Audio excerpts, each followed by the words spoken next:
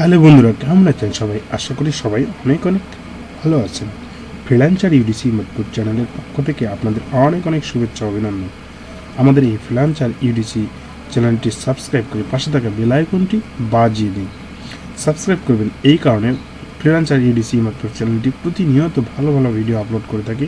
ইতিমধ্যে যারা সাবস্ক্রাইব করেছেন তাদেরকে অসংখ্য ধন্যবাদ। তো চলুন বন্ধুরা, আমাদের ভিডিওর মূল পর্বে যাওয়া যাক। বন্ধুরা, আমি গত পঞ্চম ক্লাসে আপনাদের দেখিয়েছিলাম যে এইভাবে কিভাবে ব্লার করতে হয়। তো ব্লার করতে হয় কিভাবে, আমি সেই বিষয়টি আপনাদের দেখিয়ে দেবো। বন্ধুরা, আমরা প্রতিনিয়ত এই ভিডিওগুলো আমরা যদি দেখি এবং প্রথম ক্লাস থেকে শেষ ক্লাস পর্যন্ত, তাহলে বন্ধুরা আপনারা কিন্তু অবশ্যই একজন গ্রাফিক্স ডিজাইনার হয়ে যাবেন এবং গ্রাফিক ডিজাইনার হবেন। আমি ভিডিওগুলো এমনভাবে করি যেন আপনারা খুব সুন্দরভাবে বুঝতে পারেন এবং কোথাও যেন আপনারা না বুঝতে পারেন সেই বিষয়ে আমি এই ধরনের ভাবে, অর্থাৎ আমি কোনো এডিটিং ছাড়া আমি কিন্তু এই ভিডিওগুলো ক্রিয়েট করে থাকি। বন্ধুরা, আমি এই ক্লাসের মধ্যে যেভাবে ভিডিওগুলো করে থাকি এবং সেইভাবেই কিন্তু আপলোড করে দিই। আমি এখানে কোনো এডিটিংয়ের কোনো কাজ করি না বন্ধুরা। এই জন্য আমি মনে করব আমার চ্যানেলটি আপনাদের জন্য খুবই উপকৃত হবে এবং ভালো হবে। তো এইভাবে ব্লার কীভাবে করব আমি সেই বিষয়টি আপনাদের দেখিয়ে দেব। বন্ধুরা, আমি গত পঞ্চম ক্লাসে কীভাবে দেখিয়েছি যে ব্যাকগ্রাউন্ড রিমুভ করতে হয়। তো ব্যাকগ্রাউন্ড রিমুভের বিষয়টি কিন্তু আমি আপনাদের দেখিয়েছি। তো এইভাবে ব্যাকগ্রাউন্ড রিমুভের বিষয়টি যেহেতু আপনাদের দেখিয়েছি, আমি আজকের ক্লাসে দেখিয়ে দিব যে কিভাবে এই ব্যাকগ্রাউন্ডের ব্লার করতে হয়। তো আমি আপনাদের এই ব্লারের বিষয়টি আপনাদের একটু দেখিয়ে দেব।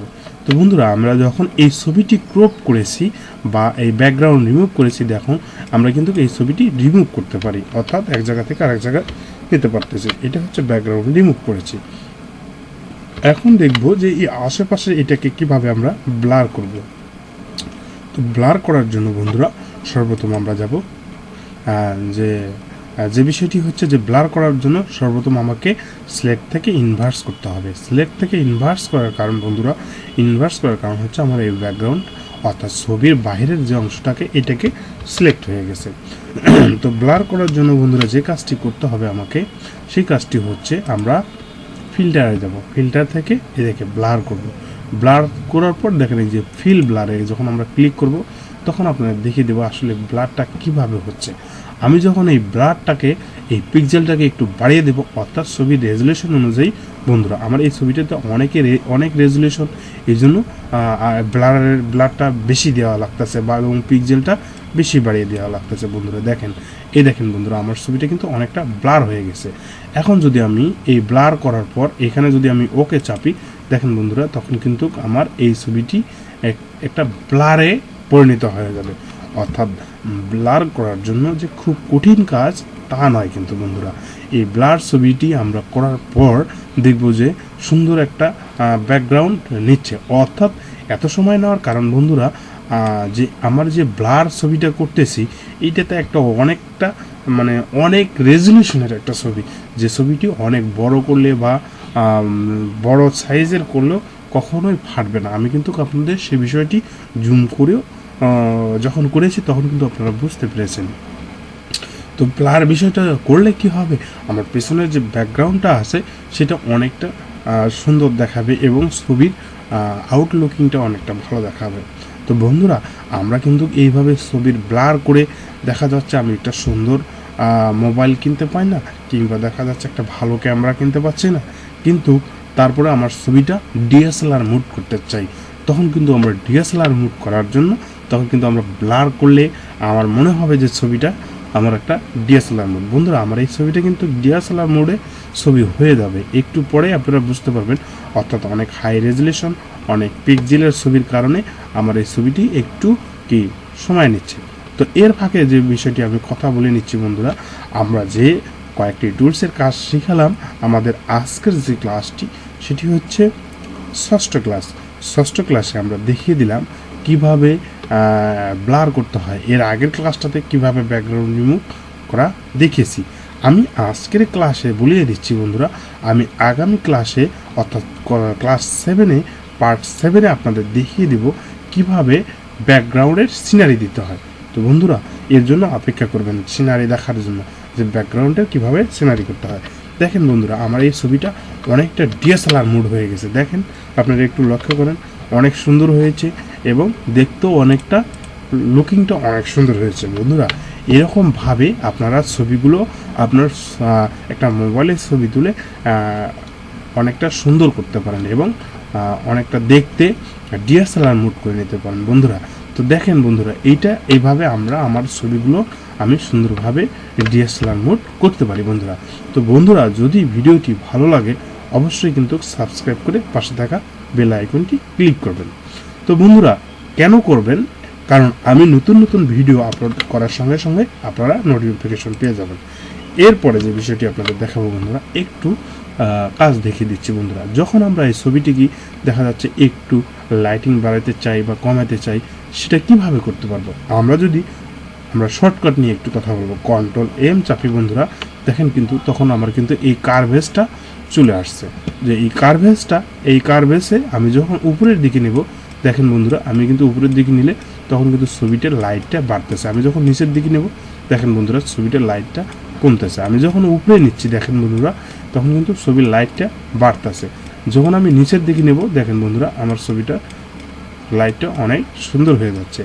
অর্থাৎ কার্ভেজের কাজ হচ্ছে, আমার যদি কোনো ছবিতে একটু লাইট দিতে চাই দিতে পারবো, এবং যদি একটু লাইট কমে দিতে চাই কমে দিতে পারবো। এবং এরপর যে কাজটি হচ্ছে, যখন আমি এই লাইট বাড়া বা কমার কাজ করব, তখন আমি দেখা যাচ্ছে আমার যে জায়গায় ভালো লাগবে তখন আমি সেই জায়গা রেখে এখানে ওকে ক্লিক করব বন্ধুরা, এই কার্ভেজের ওকে ক্লিক করব। তো এইভাবে কিন্তু আমরা এই টুলসের কাজটা দেখে নিলাম বন্ধুরা। তো এভাবে আমরা কিন্তু সুন্দর করে কাজটা করে নেব। তো বন্ধুরা এভাবে আমরা রেজলিউশন অনুযায়ী ছবির কাজগুলো করব বন্ধুরা। এরপরে যে কাজটি হচ্ছে বন্ধুরা, আমরা আপনাদের দেখিয়ে দেব এই যে নিউটা হচ্ছে একটা নতুন পেজ নেওয়ার জন্য ওপেন, কোনো কিছু হচ্ছে বিষয়টা কোনো কিছু ওপেন করতে চাইলে তখন এই ওপেনটি ক্লিক করতে হবে। এবং ওপেন করার জন্য আমরা দেখা যাচ্ছে যে আমরা যখন এখানে নিউ ক্লিক করে একটা আর্টবোর্ড চাই, তখন আমরা যে আর্টবোর্ডটিতে চাই সেই আর্টবোর্ড নিতে পারি। এছাড়া বন্ধুরা আমরা কিন্তু কাস্টমাইজ করেও কিন্তু নিতে পারবো। দেখা যাচ্ছে আমি কাস্টমাইজ করতে চাই, আমি যে সাইজ দিতে চাচ্ছি তখন কিন্তু সেই সাইজে হয়ে যাবে। তো এভাবে আমরা কাস্টমাইজ সাইজও করতে পারি। তো এভাবে বন্ধুরা আপনারা অবশ্যই দেখবেন এখানে কাস্টমাইজ সাইজ দিয়েও করতে পারি। আমি লেটার সাইজ দিয়ে নিচ্ছি, লেটার সাইজটা হচ্ছে 8.5 ইঞ্চি এবং 11 ইঞ্চি বন্ধুরা। এভাবে কিন্তু আমরা একটা এই যে নেম, এখানে একটা নেম দিচ্ছি যে ফটোস PHOTOS। এখানে আমরা কি করতেছি, একটা নিউ আর্টবোর্ড নিচ্ছি। এই যে আমার এখানে দেখেন বন্ধুরা একটা নিউ আর্টবোর্ড। তো আমি যদি এই আর্টবোর্ডে এই ছবিটি নিতে চাই তখন কি করব, এখান থেকে সিলেক্ট করে এই ছবিটাতে সিলেক্ট করে আমি এটাকে নিচের দিকে একটু টেনে নেব, তখন আমার এটা নিচে চলে আসবে। বা যখন আমি এখানে নেওয়ার পর এখানে ছেড়ে দেব, দেখেন বন্ধুরা আমি তখন এখানে ছেড়ে দিতে পারতেছি। বা আমরা এটা একটা A4 পেজে প্রিন্ট হবে বন্ধুরা। দেখেন এই ছবিটা কি হচ্ছে, A4 পেজের ব্যাকগ্রাউন্ড সহ চলে আসছে বন্ধুরা। এখন বিষয়টি হচ্ছে, যদি আমি এটাকে প্রিন্ট দিতে চাই তাহলে কি করতে হবে, আমার কম্পিউটার থেকে প্রিন্ট দিতে চাই তাহলে ফাইল থেকে আমরা প্রিন্টে যাব। কোথায় যাব, প্রিন্টে। দেখেন এই যে প্রিন্ট আছে, Ctrl+P চাপলেও কিন্তু প্রিন্ট চলে আসবে। তো এভাবে আমরা প্রিন্ট করার পর দেখেন ছবিটির সাইজ দেখাচ্ছে। আমরা প্রিন্টের নাম দিয়ে, যে প্রিন্টারের নাম দিতে চাচ্ছি সেই প্রিন্টারের নাম দিয়ে প্রিন্টে ক্লিক করলে ছবিটা ভালো আসবে বন্ধুরা। প্রিন্টের বিষয় নিয়ে আপনাদের আগামী ক্লাসে আরও বিস্তারিত বলবো বন্ধুরা। যদি এটি ভালো লাগে অবশ্যই সাবস্ক্রাইব করে পাশে থাকা বেল আইকনটি ক্লিক করবেন। এর জন্যই করবেন আমার ভিডিওগুলো সর্বপ্রথম পাওয়ার জন্য। তো বন্ধুরা ভালো থাকুন, সুস্থ থাকুন, আর যেখানেই আপনাদের শুভকামনা করি। আপনারা গ্রাফিক্স ডিজাইনের ভিডিওগুলো দেখে কাজ শেখেন এবং দেখা যাচ্ছে আপনারা বন্ধুরা 6 মাস একটু প্র্যাকটিস করেন, 6 মাস পর আপনারা গ্রাফিক্স ডিজাইনার হতে পারবেন এবং ভালো টাকা আর্ন করতে পারবেন বিভিন্ন মার্কেট প্লেসে গিয়ে। থ্যাংক ইউ বন্ধুরা, ভালো থাকুন।